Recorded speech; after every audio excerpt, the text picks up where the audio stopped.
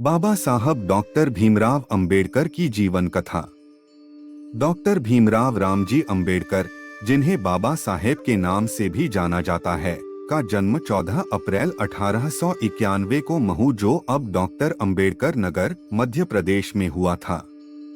उनका जन्म महार जाति में हुआ था, जो तत्कालीन भारतीय समाज में अछूत मानी जाती थी। उनके पिता का नाम रामजी मालोजी सकपाल और माता का नाम भीमाबाई था। अंबेडकर ने बचपन से ही जातिगत भेदभाव और सामाजिक अन्याय का सामना किया। उनके परिवार की आर्थिक स्थिति अच्छी नहीं थी, लेकिन उनके पिता ने शिक्षा पर विशेष ध्यान दिया। अंबेडकर ने 1907 में मैट्रिक की परीक्षा पास की और 1912 में बॉम्बे विश्वविद्यालय से राजनीति विज्ञान और अर्थशास्त्र में स्नातक की डिग्री प्राप्त की। अंबेडकर को आगे की पढ़ाई के लिए 1913 में बड़ौदा राज्य की महाराजा द्वारा छात्रवृत्ति मिली, जिससे वे अमेरिका के कोलंबिया विश्वविद्यालय में अध्ययन करने गए।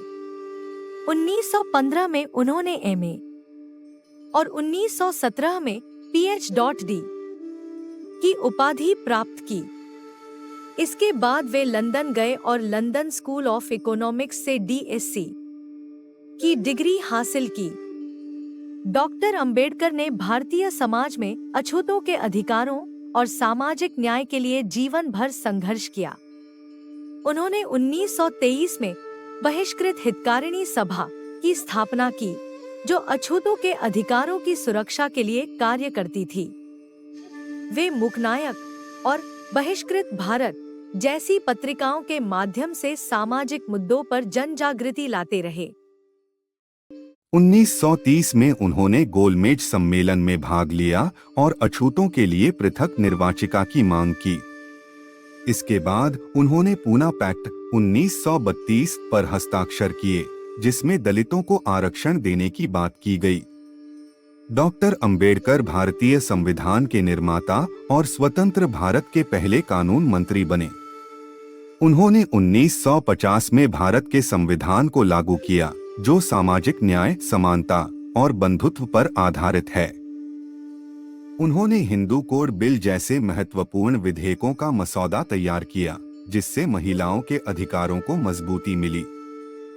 Hindu code bill doctor Bhimrao Ambedkar द्वारा प्रस्तावित एक महत्वपूर्ण विधायी प्रयास था, जिसका उद्देश्य हिंदू समाज में लैंगिक समानता स्थापित करना और महिलाओं के अधिकारों को सुनिश्चित करना था। यह विधेयक स्वतंत्र भारत के पहले कानून मंत्री के रूप में अंबेडकर की प्रमुख उपलब्धियों में से एक है। हिंदू कोड बिल का इतिहास और उसके मुख्य प्रावधान इस प्रकार हैं। इतिहास, प्रस्तावना और प्रारंभिक प्रयास। 1941 में ब्रिटिश शासन के दौरान हिंदू कानूनों में सुधार के लिए एक समिति का गठन किया गया था। इस समिति ने 1944 में अपनी रिपोर्ट प्रस्तुत की, जिसके आधार पर अंबेडकर ने हिंदू कोड बिल का मसौदा तैयार किया। 1947 में स्वतंत्रता प्राप्ति के बाद अंबेडकर ने इस विधेयक को संविधान सभा के समक्ष पेश किया। हिंदू कोड बिल पर विरोध और विवाद। हिंदू कोड बिल का सामना गंभीर विरोध का सामना करना पड़ा, विशेष रूप से रूढ़िवादी और परंपरागत विचारधारा के लोगों से विरोध के चलते इसे संविधान सभा में पारित नहीं किया जा सका और अंततः 1951 में इसे विभाजित करके 4 अलग अलग अधिनियमों के रूप में पेश किया गया। हिंदू कोड बिल में प्रमुख प्रावधान। हिंदू कोड बिल के मुख्य प्रावधानों को 4 प्रमुख अधिनियमों के रूप में विभाजित किया गया। हिंदू विवाह अधिनियम 1955। यह अधिनियम हिंदू विवाह को कानूनी मान्यता देता है। विवाह की उम्र, सहमति, बहुविवाह की रोकथाम और विवाह विच्छेद अर्थात तलाक के प्रावधान शामिल हैं। हिंदू उत्तराधिकार अधिनियम 1956। यह अधिनियम महिलाओं को संपत्ति में समान अधिकार प्रदान करता है। बेटियों को पिता की संपत्ति में बराबर का अधिकार मिलता है। हिंदू दत्तक ग्रहण और संरक्षकता अधिनियम 1956। इस अधिनियम के तहत दत्तक ग्रहण की प्रक्रिया को कानूनी मान्यता दी गई। महिलाओं को भी दत्तक ग्रहण करने और दत्तक बच्चे का संरक्षक बनने का अधिकार मिलता है। हिंदू अविभाज्य संपत्ति अधिनियम 1956। यह अधिनियम परिवार की अविभाज्य संपत्ति के विभाजन और प्रबंधन के लिए प्रावधान करता है। प्रभाव और महत्व। लैंगिक समानता। हिंदू कोड बिल ने हिंदू समाज में महिलाओं की स्थिति को सुधारने और उन्हें कानूनी अधिकार देने में महत्वपूर्ण विधायी दृष्टिकोण। हिंदू कोड बिल भारतीय विधायी इतिहास में एक मील का पत्थर साबित हुआ, जिसने बाद के कानूनी सुधारों के लिए एक आधारशिला स्थापित की।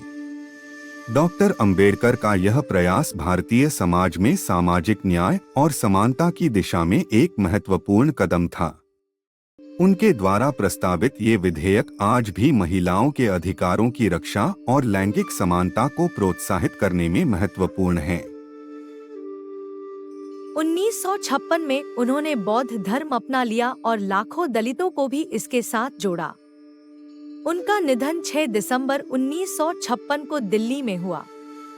डॉक्टर अंबेडकर का जीवन संघर्ष और प्रेरणा की मिसाल है। वे आज भी सामाजिक न्याय, समानता और मानवाधिकारों के प्रतीक माने जाते हैं। उनका